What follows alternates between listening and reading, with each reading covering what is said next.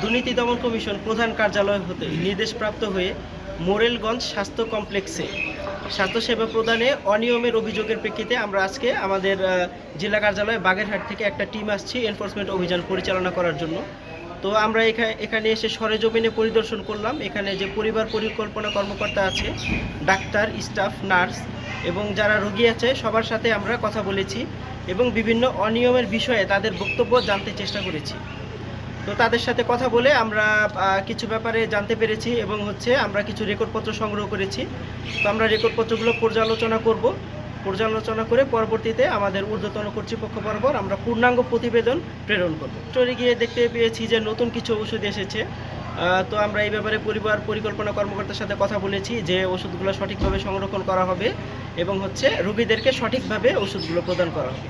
মূলত আমরা কিছু ডেট এক্সপায়ার্ড ঔষধ পেয়েছি, ওইগুলো ইনভেন্টরি করা আছে। তো যেহেতু নতুন কিছু ঔষধ এসেছে পরিবার পরিকল্পনা কর্মকর্তা জানিয়েছেন যে উনি পরবর্তীতে সঠিক ব্যবস্থা নেবেন এই ব্যাপারে। টিকিট কাউন্টারে আমরা দেখলাম যে এখানে 3 টাকার ওষুধ অনেক ক্ষেত্রে 5 টাকা নেওয়া হচ্ছে। তো এই ব্যাপারে আমরা জানতে পারলাম যে অনেক ক্ষেত্রে ভাঙতি থাকে না, তো যার কারণে এবং রোগীরাও ভাঙতি টাকা নিয়ে আসে না, যার কারণে অনেক সময় তারা একটু বেশি টাকা প্রদান করে। তো এই ব্যাপারে আমরা কর্তৃপক্ষকে এখানে যে পরিবার পরিকল্পনা কর্মকর্তা আছে তাকে আমরা সচেতন করেছি এবং অবহিত করেছি এই ব্যাপারে যে পরবর্তীতে এরকম কোনো অভিযোগ যেন না আসে এবং তারা যেন এই ব্যাপারে সতর্ক থাকে। ডাক্তারদের বক্তব্য শ্রবণ করেছি। ডাক্তাররা জানালো যে যেহেতু এখানে জনবল সংকট আছে, তাদেরকে প্রায় সময় নাইট ডিউটি করতে হয়, তাই অনেক সময় তাদের অনিচ্ছাকৃতভাবে অল্প কিছু সময় দেরি হয়, হয়তো বা 10-15-20 মিনিট দেরি হয়।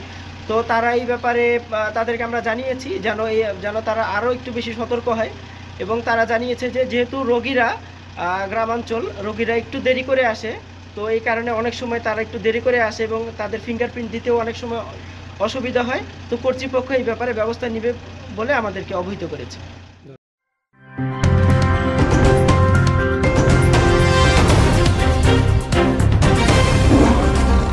Voice of Tiger.